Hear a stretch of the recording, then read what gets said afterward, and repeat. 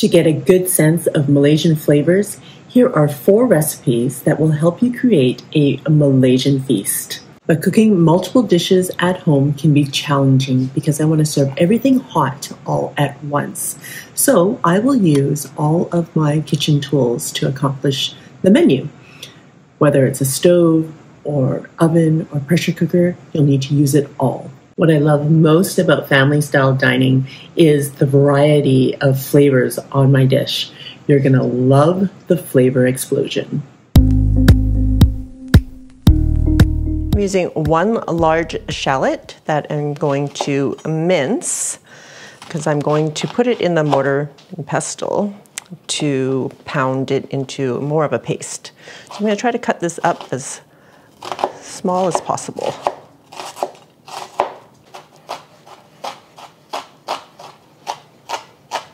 Okay, just putting my shallots in my mortar and pestle. Is this the pestle part or the mortar part? I've never actually figured that out. Put it in the comments, guys. We can figure this out. Okay, 3 cloves of garlic.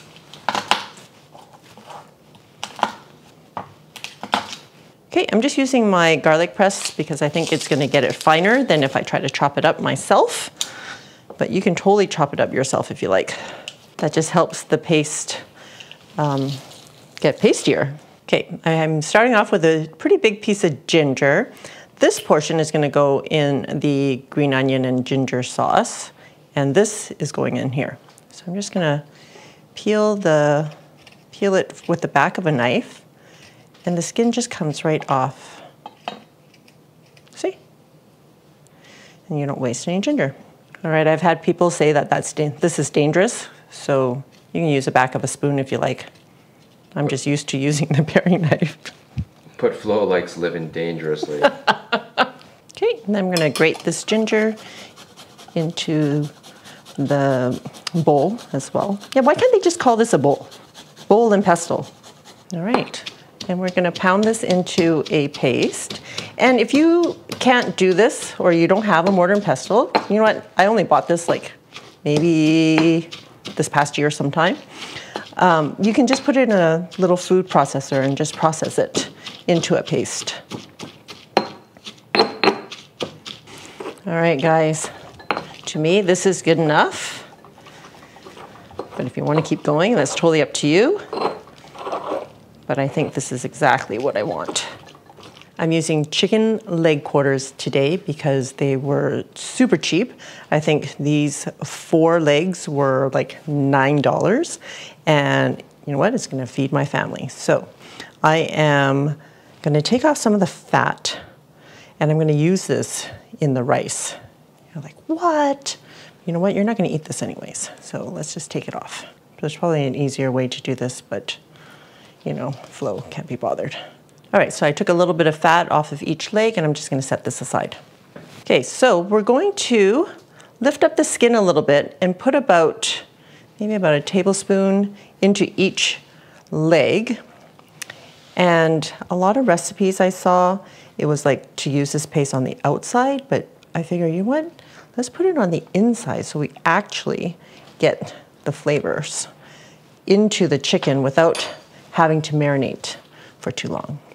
So I'm just going to lift up the skin in the drumstick as well and kind of push the paste in there. And I also figure that if it's in the sauce, there's a higher chance that it's going to be burnt, like the pieces of shallot or ginger or garlic. And this way, when you cut into it, you're going to have all of this yummy goodness in each bite. All right, now I'm going to make a marinade. I'm using 3 tablespoons of oyster sauce.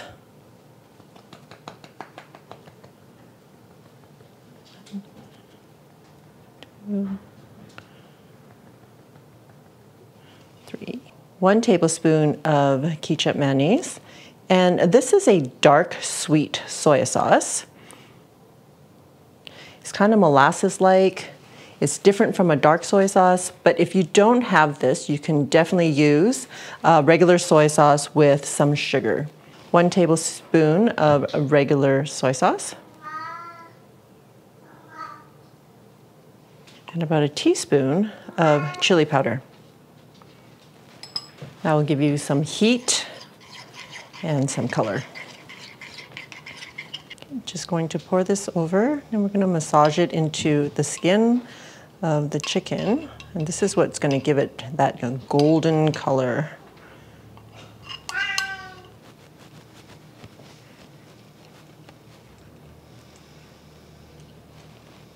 Don't forget the other side. I'm going to cover it, and we're going to put it in the fridge and let it marinate for at least 2 hours. And if you don't have time to marinate, don't even bother. You can throw it into the oven or air fryer as it'll still be very tasty because we have those aromatics underneath the skin. But if you let it marinate, the longer you let it marinate, the tastier it's going to be. While the chicken is marinating, I am just going to prepare some of the other ingredients. I'm going to need 3 cloves of garlic minced, and this is going into the rice.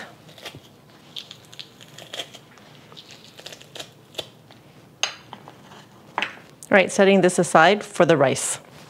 I have about 6 stalks of green onion, and I'm just going to chop this up. This is going into the green onion and ginger sauce, which is ultra important.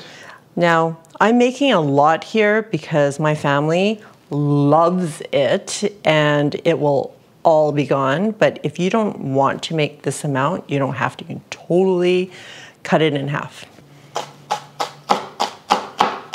Also, I should say that we like eating it with this green onion and ginger sauce. We don't often eat it with chili.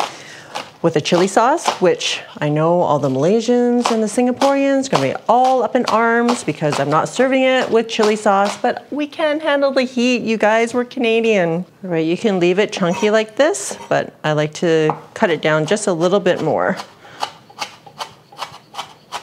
Especially these white pieces, or the white and light green parts. All right, putting that in a bowl.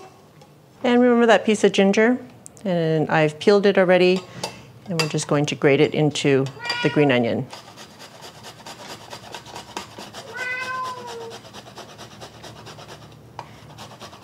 All right, so it's about 2 ounces of ginger. I'll give you about 3 tablespoons, and you can add more or less according to your own taste. After the chicken has been marinating for a couple of hours, and again, that's totally optional if you're strapped for time. Never feel like you have to marinate to have it for dinner. Like often, like I don't have time to marinate, but it's still a really tasty dinner. It's just more tasty if you have the time to marinate. I'm making the chicken legs in the air fryer today. I've preheated it to 400 degrees Fahrenheit. And if you don't have an air fryer, you can totally do this in the oven. Check out my easy soy sauce chicken recipe to find out how I do it in the oven.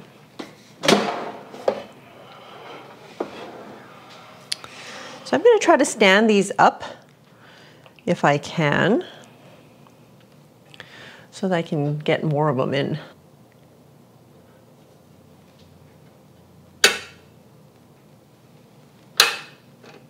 Okay, one more. And I'm gonna flip these halfway so that everything can be evenly cooked. Right. Cooking it at 400 degrees for 15 minutes. Then I'm gonna flip them and cook them for another 10 to 15 minutes. So while the chicken is cooking, we're gonna finish our condiments and the rice. Adding about half a teaspoon of kosher salt to the ginger and green onion. I'm gonna heat up the Instant Pot. Heating up my Instant Pot and adjusting it to high heat, to more heat. That will just get it hotter faster. Once it says hot, adding 2 tablespoons of vegetable oil or a neutral oil. Okay, we're just heating that oil until it gets hot, and then we're gonna pour it into the ginger and green onion.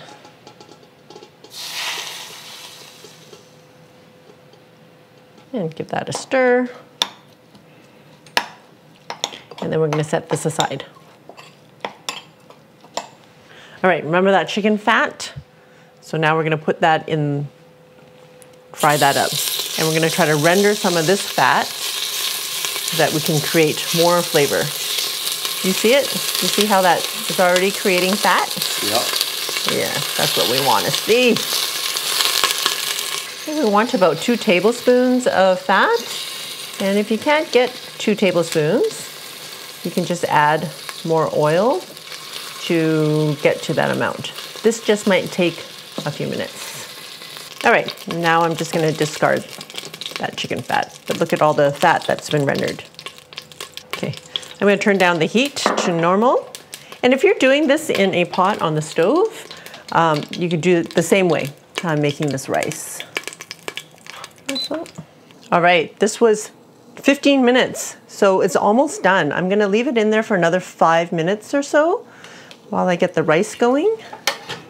And I am gonna flip them so that the other side gets a little bit more brown.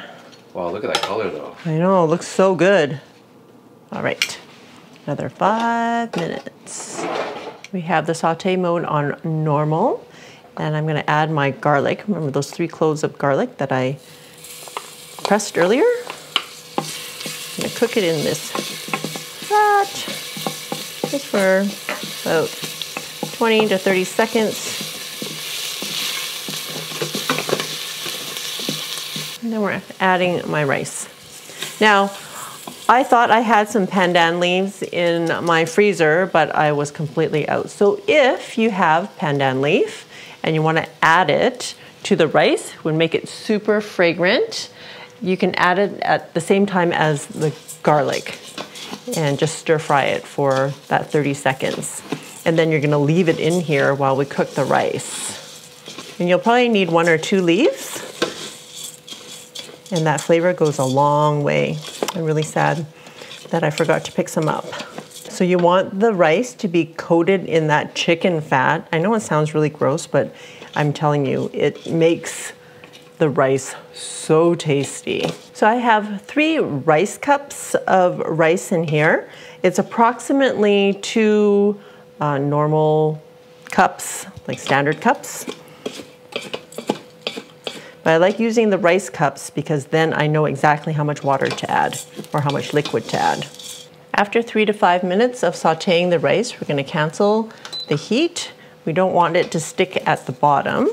And then we're gonna add chicken broth. So I'm adding equal parts of chicken broth as I did for the rice. So I had 3 rice cups of rice, and now I'm adding 3 rice cups of chicken broth.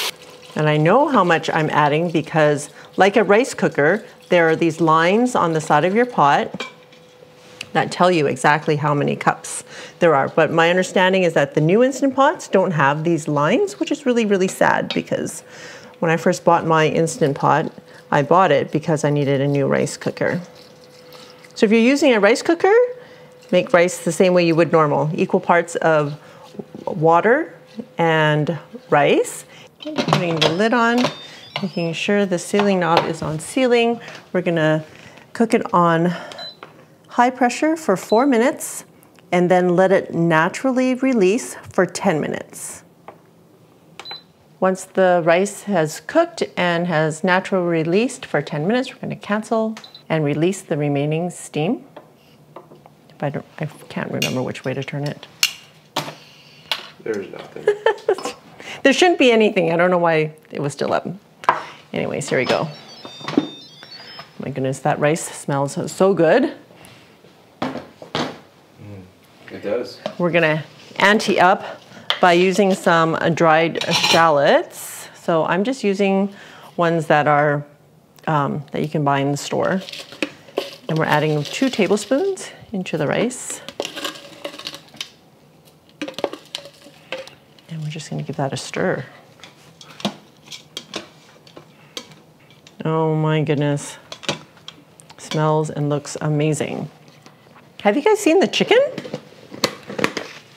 Altogether, I cooked it for 25 minutes, so 15 minutes, then I kind of flipped them and cooked them for another 10 minutes. I just wanted to make sure that the meat was cooked through because it's a big piece of chicken. We're also serving it with just simple sliced English cucumbers, and we call them English cucumbers here. I don't know what they call it elsewhere. I guess maybe they're seedless, long cucumbers. And we're just gonna plate some for Dude because I know you guys are all dying to find out how it tastes. Just take this one. Look at how juicy it is. See if I can find where I'm supposed to cut through. All right, which side do you want, Dude? Drumstick or? I'll do the thigh side. Thigh. Okay, I'll put this back. Maybe a slice of cucumber? Sure, but Oops. don't forget a giant helping of that condiment. All right. Oh yeah. All right. We're gonna start with the noodles. We are so lucky to have a store that sells these fresh, and this woman makes them fresh every morning. And if you don't get there early, you're gonna miss out. You can also find these in the supermarket in the refrigerated section, also fresh. Now, I've never seen these dried, but I imagine there are places that would sell it dried.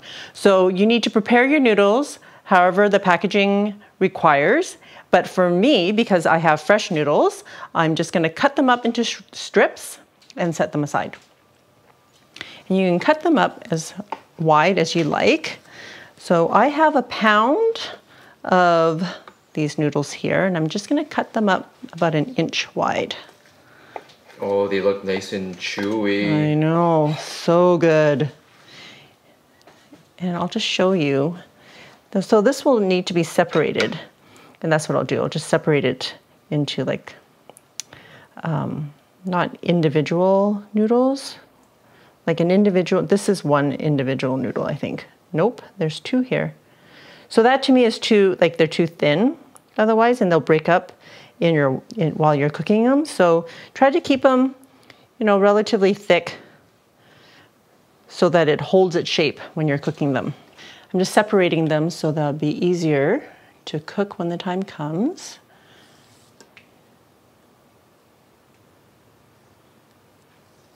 When I was pregnant, this was all I craved. These noodles. I didn't care how they were cooked, just that's all I wanted to eat. And my kids love these too. I wonder why. I also have 6 large prawns, and that's about 4 ounces. And I've already cleaned them, deshelled them, taken off the vein, and I'm going to slice these just down the middle. Make them stretch a little bit further. And then they're also really cute. When you cook them, they'll turn into these little curly cues. Okay, preparing the rest of the ingredients. I have some Chinese chives here, and they are similar to regular chives, except the leaves are flat, and they're very garlicky. I'm just gonna cut these into 2-inch lengths. Also, I found it is necessary to wash them really well because I found little bugs kind of hiding in between the leaves. So just be careful when you're washing them to wash them well, unless you want some extra protein. No judgment here if you want like that kind of protein in your diet. Yep. Okay, set that aside. And I've got 2 cloves of garlic that I'm just going to chop up.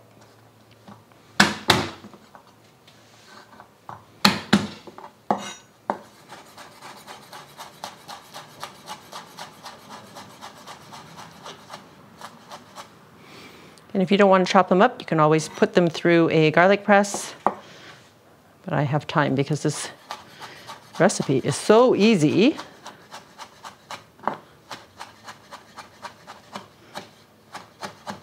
Just going to use 1 lapchung, just Chinese sausage. And they usually come in these like vacuum sealed packs. You can find them in the refrigerated section in most supermarkets. Sorry, this one doesn't want to come out. And I guess it's still attached. But Vancouver is actually very well known for their lapchung. Had a friend living in Toronto, and my mom made me bring 50 pounds of lapchung for their family. In a suitcase. In a suitcase.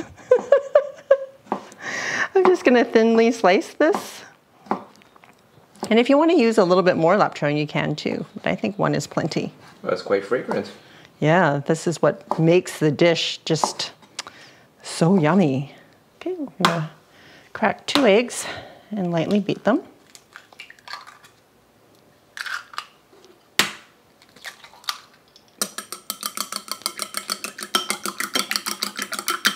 And that's it, just set it aside. I also have about 3 ounces of bean sprouts. It's just a little handful, and I'm gonna make my sauce.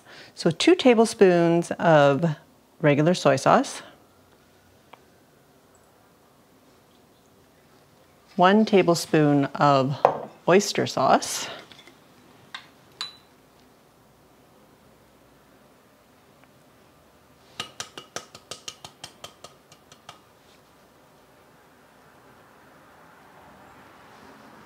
and I am using this sweet, dark soy sauce, and it is also called kecap. I don't know how to pronounce it. All the Malaysians are just grimacing right now. Kecap manis.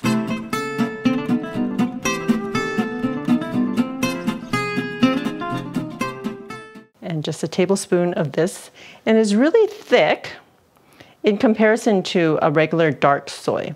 So because it's sweet, if you are not using this dark sweet soy sauce, then I would suggest adding about a teaspoon of sugar to regular dark soy and the other ingredients. Just gonna stir this up. And I decided to use this sweet soy sauce because it's used in a lot of Southeast Asian cooking, so anything from Malaysia, Singapore, Indonesia, when they say dark soy, they usually mean this really thick version. I'm also going to use about a teaspoon of this chili sauce. It's Malaysian sambal, and you can make it yourself. Because we don't eat a lot of spicy, I'm happy to just use one out of a jar, so that will go into the noodles as well. All right, I think I have all my ingredients ready to go. And just gonna go grab my wok and then we can get started. Okay, setting my wok on high heat, and we want it piping hot because, you know, it's all about the wok hay, which is the wok breath that gives everything a unique flavor. I'm also just using vegetable oil. In Malaysia, you're gonna find that they cook it in pork fat, and they even have little bits of pork fat in your noodles. So good, but I'm not gonna do that here today. As soon as you see your wok starting to smoke, and if you don't have a wok, you can just use a large frying pan. You're gonna add 1 tablespoon of vegetable oil. And we're just gonna get our garlic going.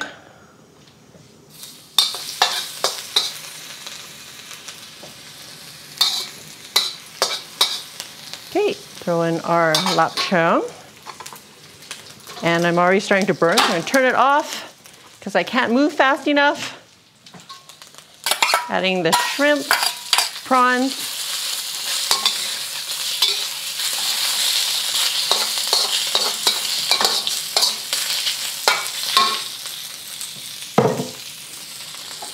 Okay, turning it back on. Teaspoon of chili sauce.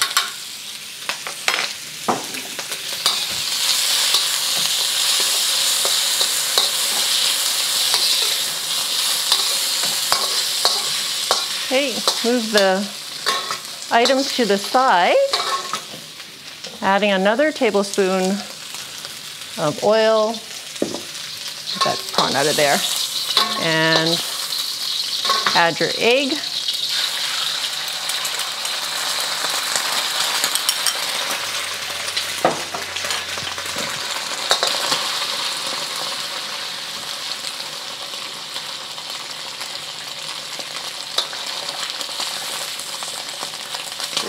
smelling amazing already.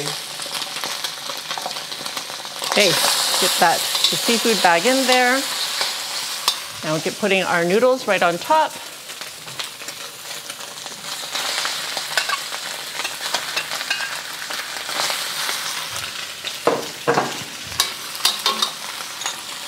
Our sauce.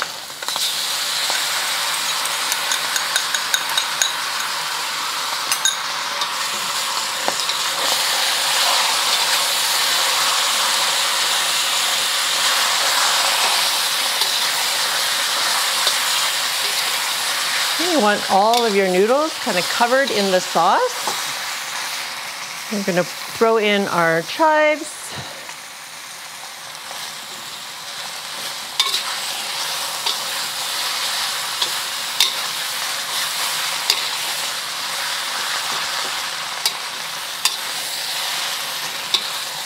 Now this noodle dish is a dry noodle. It's not saucy at all, so you shouldn't have it swimming in sauce. Just going to cook this until the chives wilt a little bit more. Okay, you don't want the noodles sticking at the bottom. Throw in our bean sprouts. And it's just going to be another 30 seconds or so. And when you're tossing, make sure you're grabbing it from the bottom and that it's not resisting at all.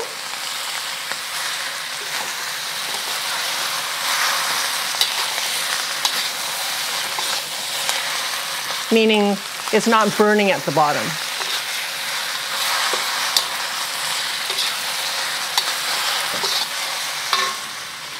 All right, that is it. Turning off the heat. And that is it. How fast was that? Oh, amazing, amazing. Look at that curly Q piece of shrimp. Oh.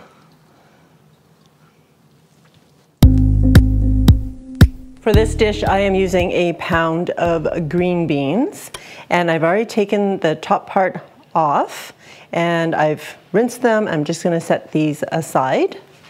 I'm also gonna chop up some aromatics, and so we'll start with the shallot. I'm just gonna slice it. I'm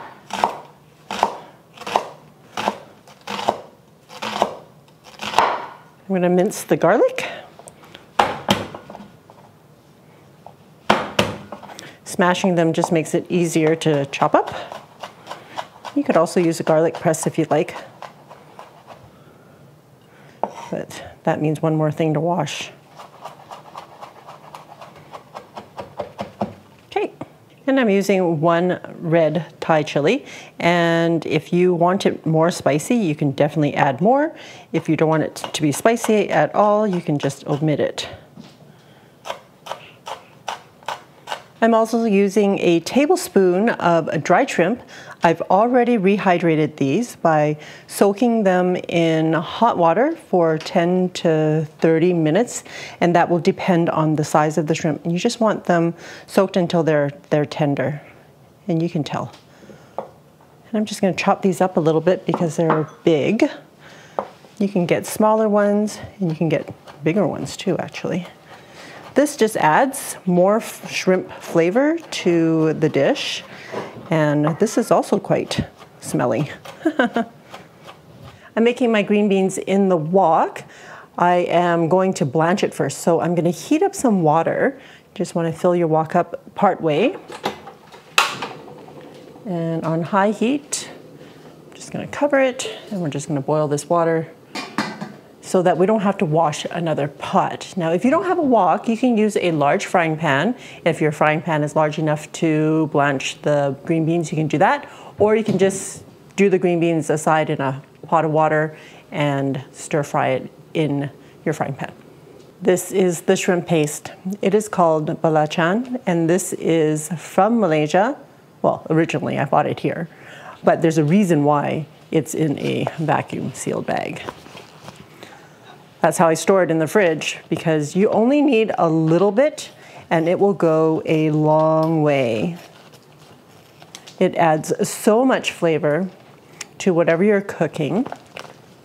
And you can check out my other recipes for like using this in fried rice, in nasi goreng. And the block, yeah, it's taking me forever to get through this block. We're only using about 2 teaspoons today, and it is even like wrapped multiple times in the packaging. This is really cheap. I want to say I paid 69 cents for it, but that's probably a really, really old price. So probably under $2 for sure.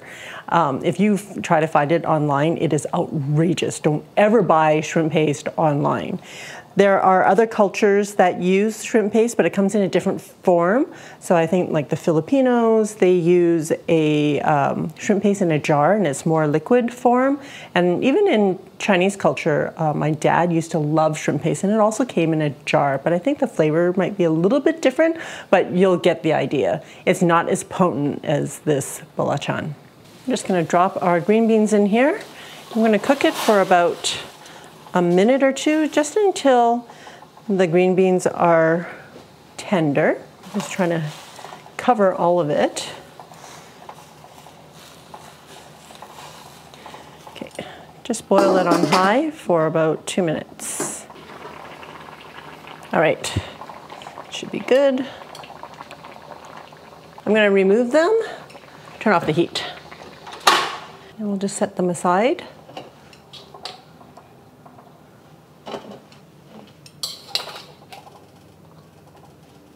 Just gonna dump out the water.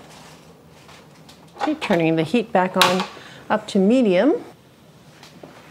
And just wait for that last bit of water to evaporate.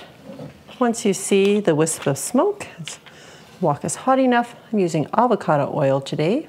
Just use a neutral oil, 2 tablespoons. Give it a swirl. And we're adding our shallots,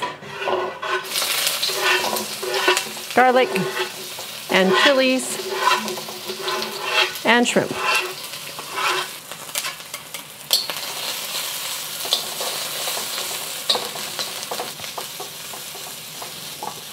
Okay, just stir fry this for about a minute.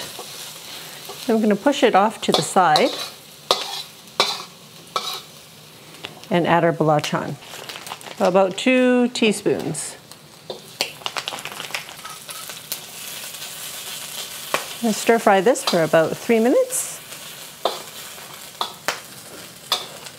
You just want this to break it up a bit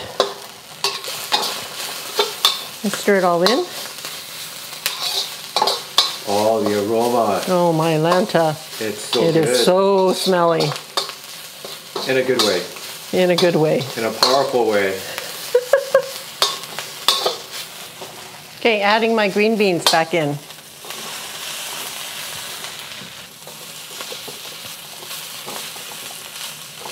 Adding a 1/4 teaspoon of sugar, and that's just to help balance out the flavors. A teaspoon of soy sauce, and a tablespoon of sambal. Sambal is a chili paste. Just stir all of this up. All right, once that's mixed up all together, time to plate it. All right. Oh my goodness, this smells so good. And so spicy. This might kill dude.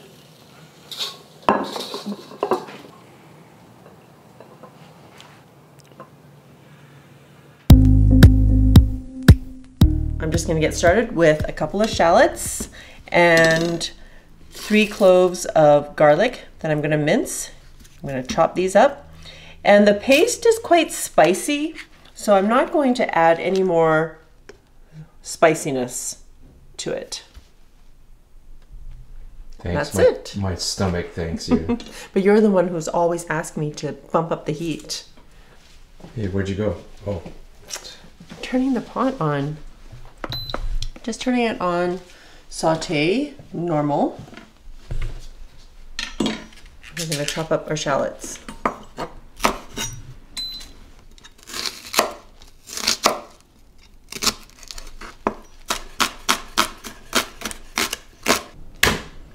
And I'm just crushing the garlic a little bit so I can take the skin off. So according to my mother-in-law, when they start to sprout, you want to remove that green piece in the middle because it can make your garlic bitter. It's hot. Thanks. Okay, we're gonna add a tablespoon of vegetable oil. Just making sure that the bottom of the pot is covered. And we're going to add the shallots. We're just going to cook this until they just start to brown.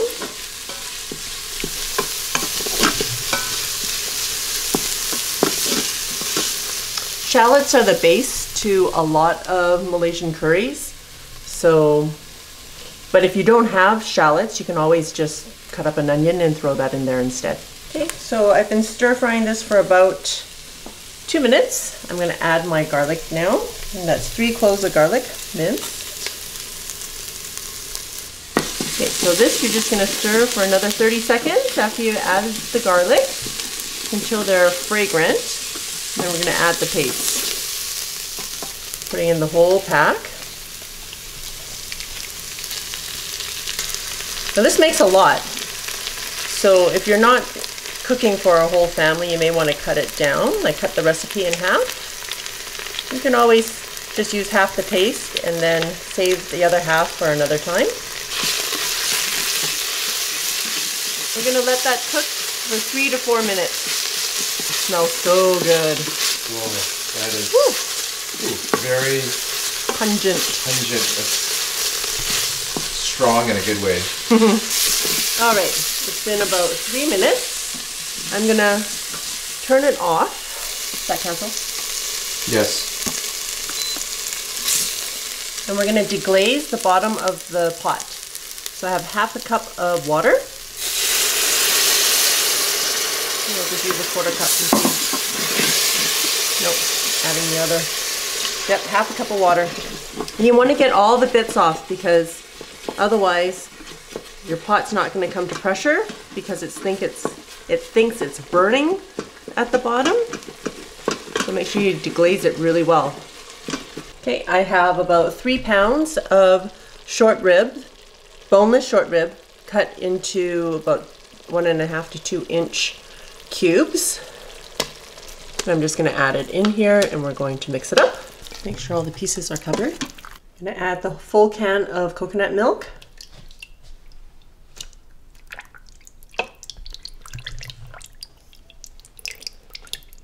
So I don't know if you guys can tell, but that pungent paste is so pungent that it's actually making us cough and tear up. So if you're making this at home and you have an opportunity to cook it under a vent, please do that. We don't have that luxury here, but we're gonna have to air out our apartment. Toot sweet. I just also wanted to mention that this is my preferred brand of coconut milk. And no, not all canned coconut milk is the same. So this is my favorite, Roy D. And the paste that we use for Malaysian style cooking is by Teens Gourmet. And both of these items are actually available on Amazon now. Pretty Who cool. knew? Who Not knew? just your Asian market. And we'll put those links in the description below. Yep.